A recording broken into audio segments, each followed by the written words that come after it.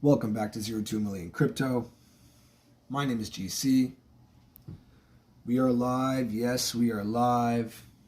Joining me on a relaxing day off. Today, let's talk about a few different things that are happening in crypto news, in the crypto market.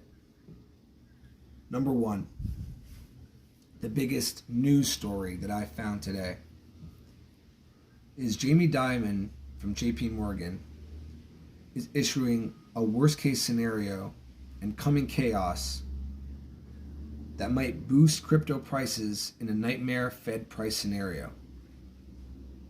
Let's talk about this for a minute. Guys, I just want you to know that I am so bullish, and I haven't been so bullish in a long time. Well, maybe since I started buying crypto almost 3 years ago. As you may already know, if you started buying crypto in 2021, you've probably taken the brunt of this market when it comes to negative price action. It's been pretty negative for a long time. I mean, from April in 2021 to November in 2021, the prices came down from its first all-time high that was around 65,000 American dollars in April, came back down and came back up to $69,000 American by April, and ever since then we dropped down to $15,500 American in November of last year, and now we are sitting around $25,000 to $27,000 USD currently. So it's been pretty rough for Bitcoin. It's been pretty rough for the entirety of the crypto market for the past 2.5 years. We could say that easily. 2.5 years, it's been pretty rough. And in 2023, people that are still buying crypto in 2023 are looking for some relief.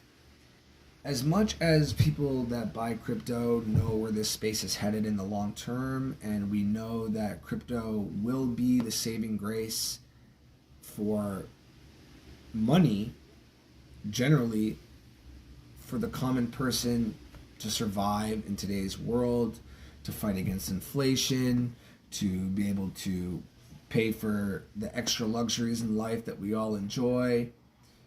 Crypto will be, we all know that crypto will be what salvages us from this inflationary monetary system that we have right now.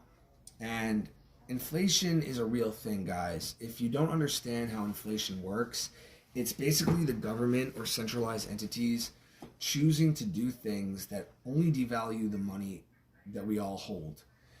And you don't really get a say over it, and that's the biggest problem. If the people had a vote over these types of scenarios or situations, and we could decide whether it was a good idea to print money, it was a good idea to not print money, it was a good idea to take money out of the system, if there was a way for the citizens and the majority to take more of an action for the idea of where their money should go and how it should be spent and things of that nature, then we may very not well be in the situation that we're in.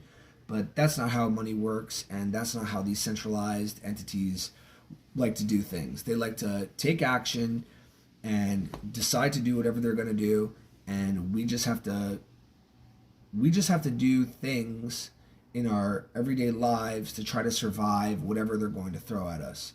Just like the phrase, don't fight the Fed, that couldn't be more true in an environment like we have now, where basically they're printing money at will, and now they're raising interest rates, and money is harder to come by than ever, and there's no real way to protect it.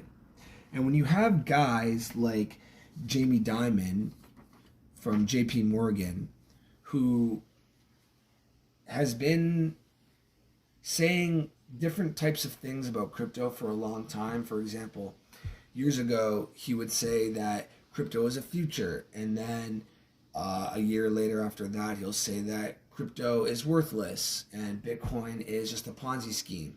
When you have people like this constantly flip-flopping and not really giving you a solid idea of what they really or truly believe about cryptocurrency and Bitcoin, then it could FUD a lot of people out of the market.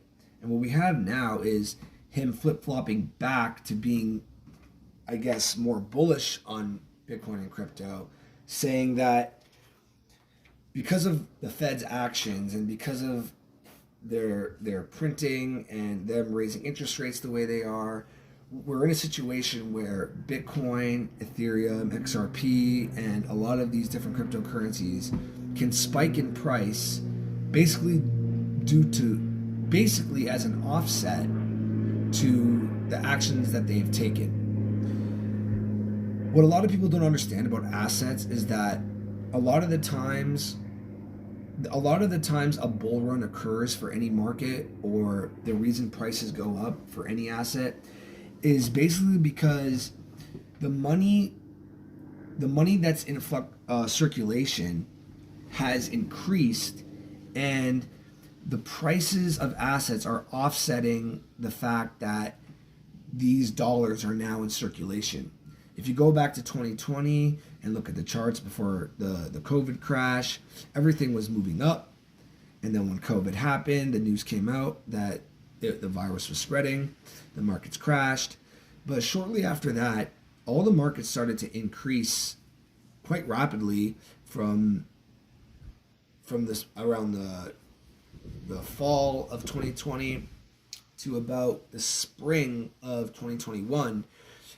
Almost every market in existence spiked pretty significantly in value, and this is due to money just being everywhere.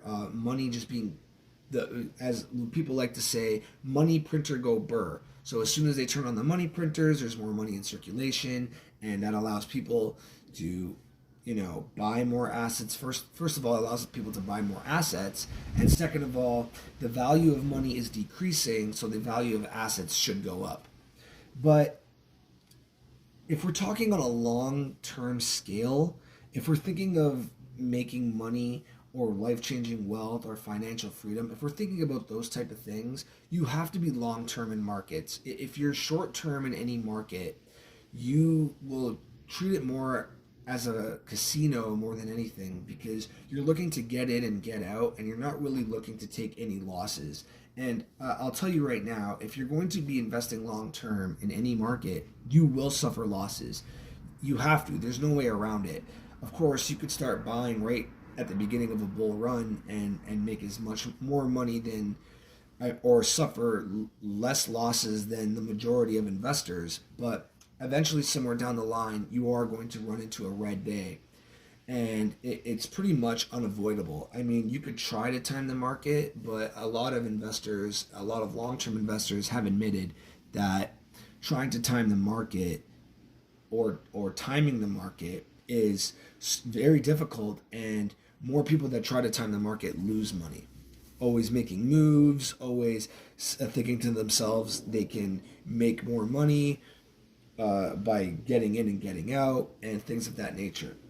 So when Jamie Dimon is saying all these things, like the markets look like they're going to go back up, especially for Bitcoin and crypto, that makes me more bullish than ever, because he's basically admitting to the fact that whatever the Fed has done hasn't worked. And if you are financially literate and you do understand how markets work, you do know and you do realize that everything that the Fed is doing is basically destroying money, or their fiat money system, as we speak. And the actions that they've taken since 2020 has basically destroyed fiat money for good. I mean, if you look at the financial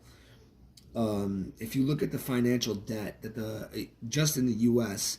is accruing every month, it's up to $1 trillion now. We haven't seen money or debt increase this much ever in financial history.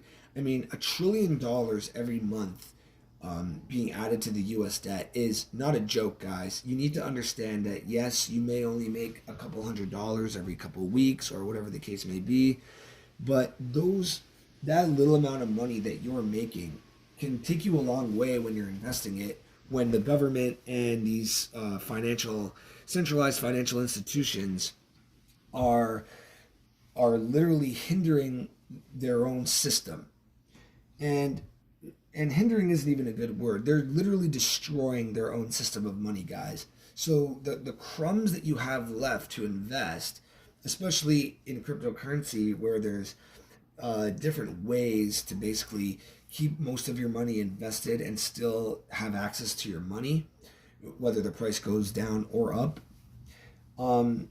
This is important because you're going to be able to, over time, even if you do go through down times while investing in the crypto market, even if we do see a lot more pain in the market, you will realize that putting your money into something like crypto or other volatile assets, you will see a payoff more than keeping your money in a bank account. And that is just proven, guys. It's proven over the course of history. And a lot of people that don't understand this and keep their money in the bank and like to save their way to wealth, which is basically impossible, especially in this day and age, they will see the pressure. They will be forced to take action and find a different system for their money. Okay, so we got that out of the way. Jamie Dimon constantly flip-flopping. It's good to talk about what these people that are really big in finance are saying about the markets. But I just want you guys to know that at the end of the day, guys, it doesn't really matter what his opinions are or anyone's opinions are. At the end of the day, crypto will go up. It's just a matter of when. It's a waiting game. So like I say in my previous videos, it's not very good to time the market, guys. Just dollar cost average. Buy when you think prices are low. Try to maintain a strategy where you can invest over a long period of time without, struggling to pay for things you have to deal with in day-to-day life, and you'll be just fine, guys. That's the way to go from 0 to a million, and that's what this channel is called. That's what this channel is all about. Having a long-term strategy for success. Okay, number 2. Let's talk about Binance. And why do I want to talk about Binance? Binance is the largest centralized exchange for crypto in the world.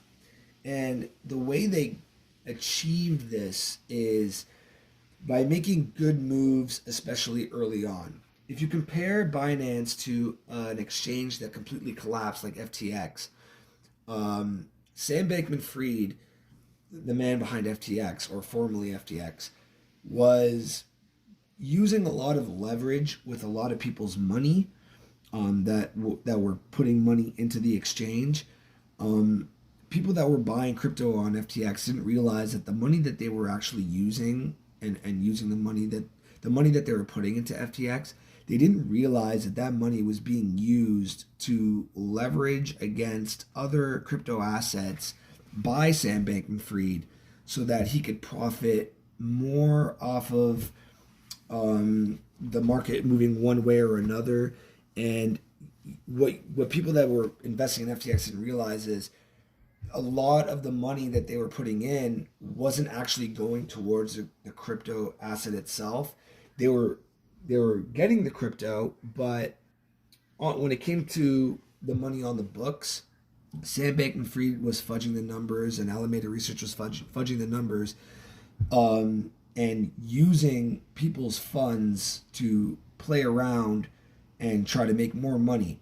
And that's the reason FTX collapsed. So when we compare something like Binance to FTX, it's not even close, guys.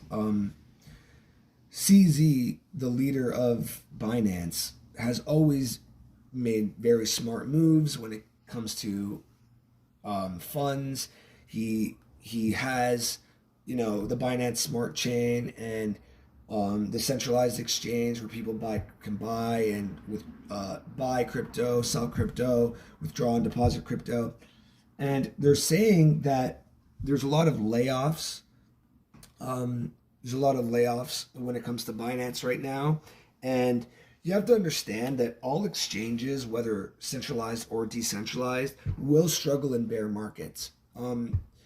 Just like every retail investor is going to struggle through a bear market when buying crypto, exchanges will suffer as well. Because when there's a bull market and everything's doing well, there's extra money to throw around at projects and onboarding projects onto the exchanges, and the opportunity to give more rewards to people that buy crypto for staking, centralized staking, which I do not recommend, but that is something I've done in the past and was luckily not harmed for it.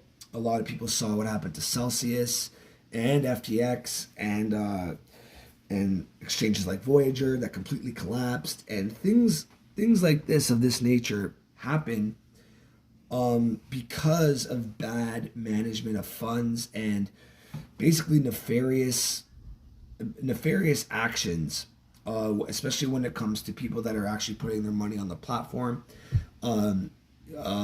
abusing their power and using their money for things that they weren't aware of in the first place. So just understand, whenever you see FUD around Binance or another large crypto exchange, most of the time it's going to be just that. It's going to be FUD, because when it comes to times of turmoil like we've been in for the last 2.5 years, you will see exchanges not do too well, and they will have to lay people off, and they will need to make cuts just to survive a bear market, especially when it's as brutal as the one we've seen in 2022. So, in my opinion, Binance is just fine. They'll weather this storm. They're always going to be the head focus when it comes to exchanges because they're the gold standard for it, and I think they're going to come out of this just fine, regardless of all the FUD that that's being thrown at them. Now, for part 3 of this video, I want to talk about the personal decision that I made to buy Bitcoin the other day when I got paid. And the point of it is to explain to you why sometimes buying Bitcoin and not buying anything else is a solid move. Today we are pumped. There's a few percentage points, or we went up a few percentage points in the market today for crypto, and Bitcoin went up around 4% as we speak. It's up about 4% today. And if you compare that to the rest of the assets that I own myself, or a lot of the assets on the market, in the crypto market, Bitcoin is seeming to lead the market once again. I mean, the only two assets that I own today that are up more than Bitcoin is Ethereum and Chainlink. And Ethereum has been hit hard this last bear market. And so when Bitcoin is having a good day, it's likely that Ethereum will recover just as well along with it. And Chainlink, as an example, has been on a bull run of its own in the past month to 3 months.